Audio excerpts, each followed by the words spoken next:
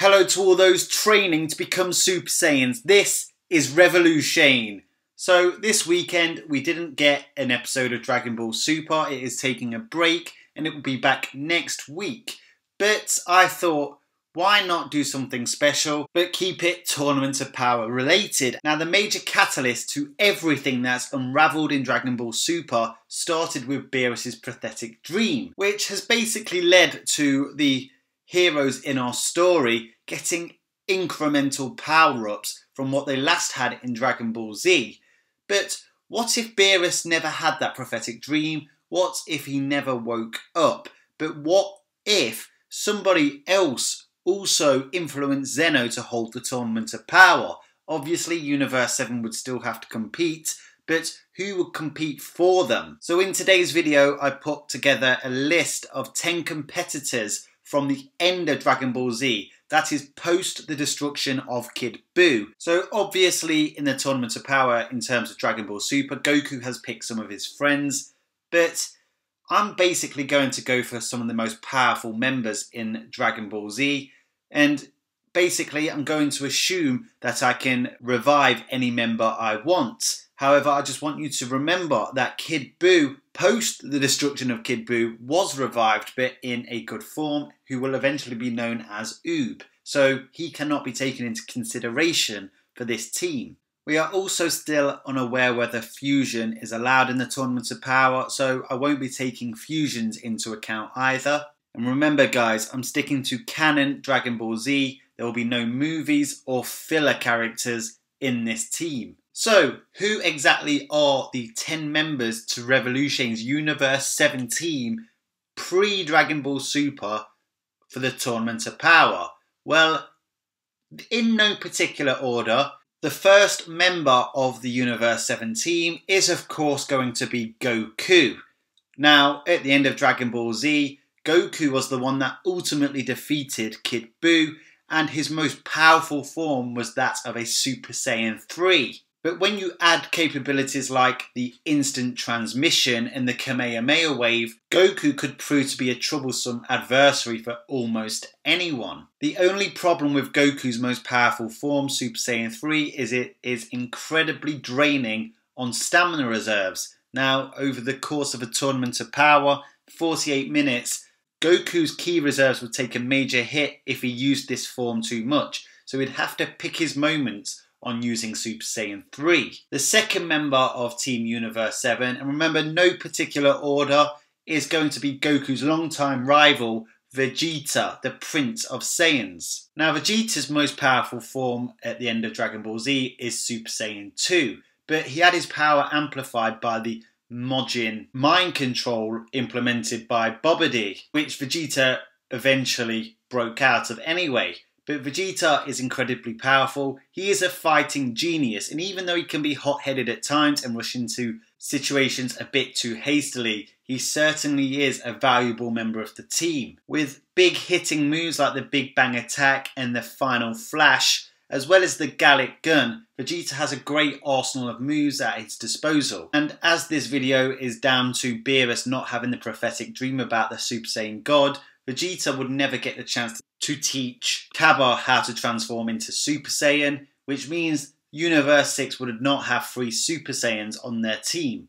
So who is the third member of the Dragon Ball Z Universe 7 team? Well, that of course is going to be Majin Buu. So that Buu is going to be the Buu that we know in Dragon Ball Super today, the otherwise known as Fat Buu. Now, whether Buu would actually make this tournament or not still would remain to be seen, because we have had 2 tournaments in Dragon Ball Super in which he has fell asleep in both of them. But what Buu possesses is an extraordinary array of attacks. Now, Buu can literally learn a Kamehameha wave just by seeing it once, so who knows what he could learn by witnessing it just in the tournament itself. What if he witnessed Hit's time skip and managed to pull it off himself? But not only can he learn moves in pretty much an instant, he also can manipulate his body into different shapes, heal and regenerate at an extraordinary rate. And the most devastating ability that Buu possesses is of course turning his opponents into candy.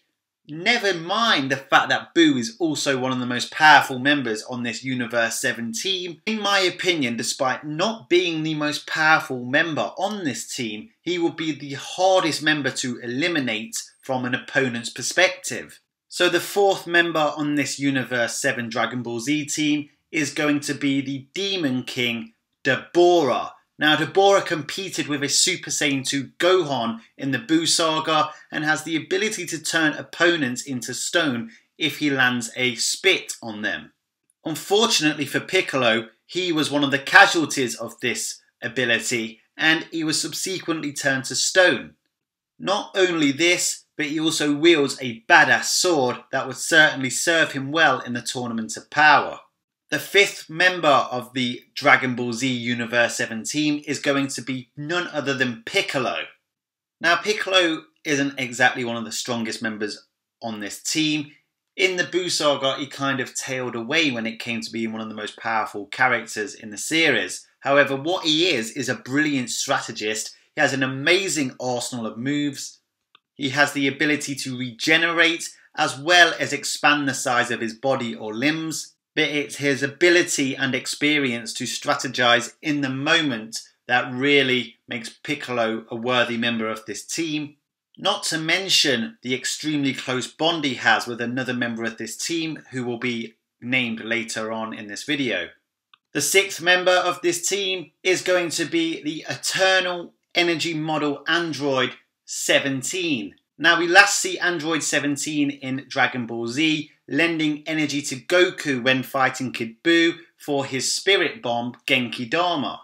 But who would have known how much potential and power Android 17 had? And basically at this time, he must have been incredibly powerful considering what we now know in Dragon Ball Super.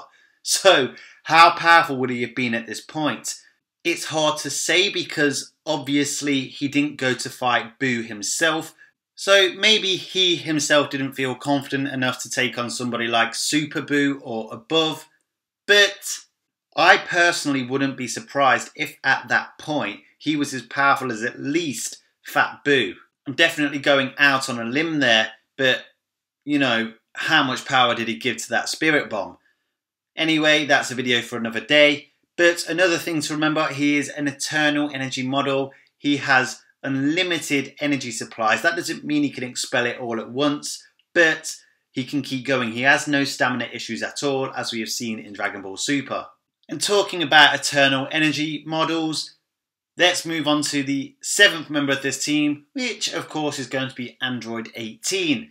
Android 18 has the same unlimited energy that 17 has. She definitely doesn't suffer fools gladly, and being 17's sibling sister, they probably have some really good cohesive movesets. Teamwork is essential in the Tournament of Power given the Battle Royale rules, so synergy between members in the universe is a must. Now, the eighth member of the Universe 7 Dragon Ball Z team is another resurrection, and that is going to be Perfect Cell. Now, at the end of the Cell games, Cell was incredibly powerful, almost matching Super Saiyan 2 Gohan. Cell would be impeccably useful in this tournament. Not only can he regenerate, he knows all of the Z members' moves, including the likes of Goku, Vegeta, Piccolo, and even that of Frieza's.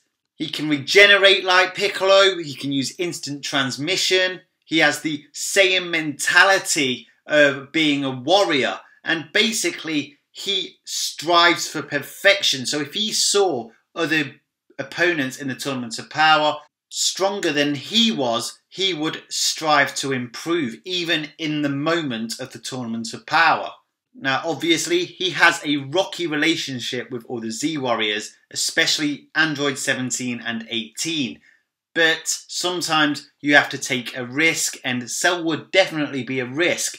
But in terms of surviving, I think Cell would choose survival to then go on and strive for perfection. So I don't think he would be as much of a risk as the next person on this list, who is the ninth member of the Universe 7 Dragon Ball Z team, and that is going to be the evil Emperor Frieza. Now, obviously, this is not the same powerful Frieza we know in Dragon Ball Super. Remember, Frieza was revived in Resurrection of F, and that is where he trained for 4 months and obtained his golden state. The last time we saw Frieza in Dragon Ball Z was Mecha Frieza when he turned up on Earth after the Namek Saga and was diced up by future Trunks. Now, you could make the argument that Frieza is the weakest member in this team, but he is savage, he is devastating, and if somebody needs to be taken out, Frieza definitely wouldn't hesitate to do it. He has dirty tricks that could actually help the team in the long run. But just like he is in the Tournament of Power in Dragon Ball Super, he is a major risk. You cannot be sure if he is going to betray you or not.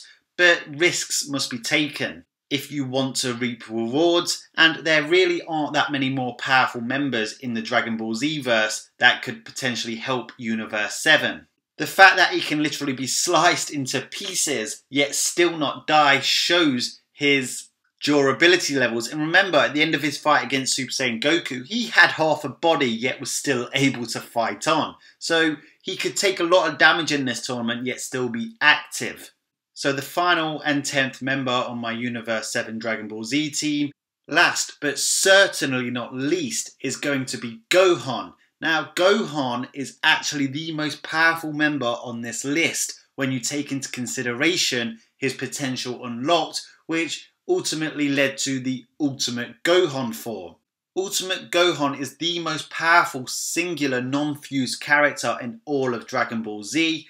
He took on Super Buu and decimated Super Buu. Somebody, even Super Saiyan 3 Goku, who loves a fight, was apprehensive about taking on. The Ultimate form also doesn't have the same stamina issues that the Super Saiyan transformations give, so Gohan is literally the Universe 7 Dragon Ball Z's best hope in this Tournament of Power. And given he is Universe 7's captain in Dragon Ball Super in a much more powerful team, he would quite clearly be the captain of this team as well. So guys, what I want to know from you is, would you exclude any of the members that I put in this team and replace them with somebody else? If so, who do you think should be in this tournament? How far do you think that my team would get in the Tournament of Power? Remember guys, I know full well this isn't as powerful as the Universe 7 team in Dragon Ball Super, but could it beat Universe 9? Will it get further than Universe 10? Let me know in the comments section. I hope I filled the gaping hole that Dragon Ball Super has left this weekend. I hope you enjoyed this video. If you like my videos, make sure you smash that like button with a big bang attack.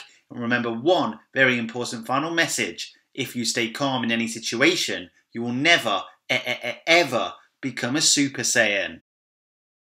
Make sure you click that subscribe button to make sure you get all my latest content straight to your account as soon as it's released. And here are some more videos from my library, which I'm sure you will all enjoy.